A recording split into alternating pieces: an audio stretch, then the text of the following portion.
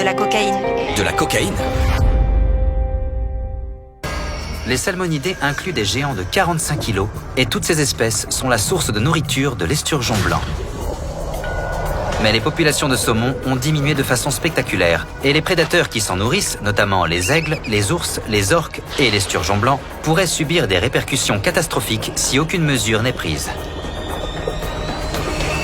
C'était Tanya au téléphone. Le docteur Tanya Brown a recruté le groupe pour collecter des échantillons de saumon dans les régions sauvages du Nord, là où le terrain est extrêmement difficile.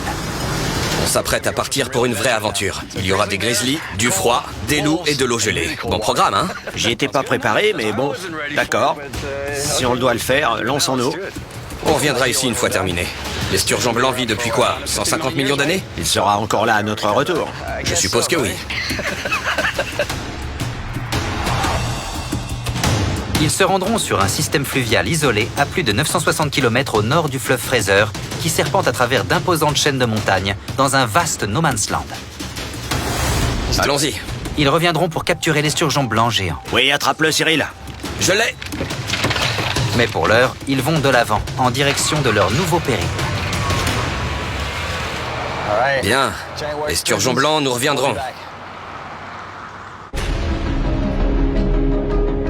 Cette aventure débute au département des pêches et des océans, où ils rencontrent l'un des principaux chercheurs mondiaux qui tente de sauver le saumon sauvage. Bonjour. Bonjour. Tanya, ça va? Ravie de te rencontrer. Plaisir partagé. Génial. Voici Kat, ma technicienne. Ouais, c'est super. Bonjour. Cyril. Kat, enchantée. Pareillement. On a beaucoup à faire aujourd'hui, donc mettons-nous au travail. D'accord, c'est parti. Oui. Le docteur Tanya Brown étudie les niveaux de toxicité chez le saumon, leur impact sur leur santé et les prédateurs qui s'en nourrissent. Tanya, quel type de contaminant as-tu trouvé dans le saumon? On a détecté un certain nombre de composés différents. Des contaminants légaux tels que du PCB, du mercure, des contaminants ou des substances récents comme de la cocaïne. De la cocaïne? Oui. Dans du poisson? Oui. Ils en contiennent, vraiment? Oui. Oui, il existe une longue liste de classes de contaminants divers en réalité. Les grandes agglomérations sont bordées par des cours d'eau emprisonnant plusieurs types de contaminants, tels que des métaux lourds, des drogues récréatives et des produits pharmaceutiques provenant de déchets industriels et de la pollution humaine. Le saumon naît dans les rivières et migre vers l'océan pour gagner en maturité avant de revenir frayer. En cours de route, il bioaccumule ces contaminants qui sont ensuite transférés aux animaux qui les mangent, provoquant ainsi des problèmes de santé.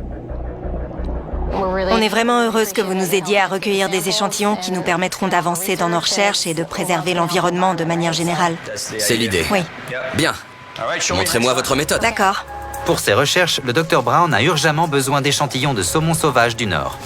Le groupe empruntera l'un des systèmes fluviaux les plus isolés du monde pour capturer, répertorier et prélever des tissus sur 3 espèces apparentées, le saumon argenté, le saumon rose à bosse et le saumon du Pacifique. Aujourd'hui, Cyril s'exerce sur un saumon royal. Il doit maîtriser plusieurs protocoles d'échantillonnage, apprendre à recueillir des rognures de nageoires caudales pour recenser les populations, des écailles pour déterminer son âge et du tissu musculaire pour découvrir le régime alimentaire et ses niveaux de toxicité.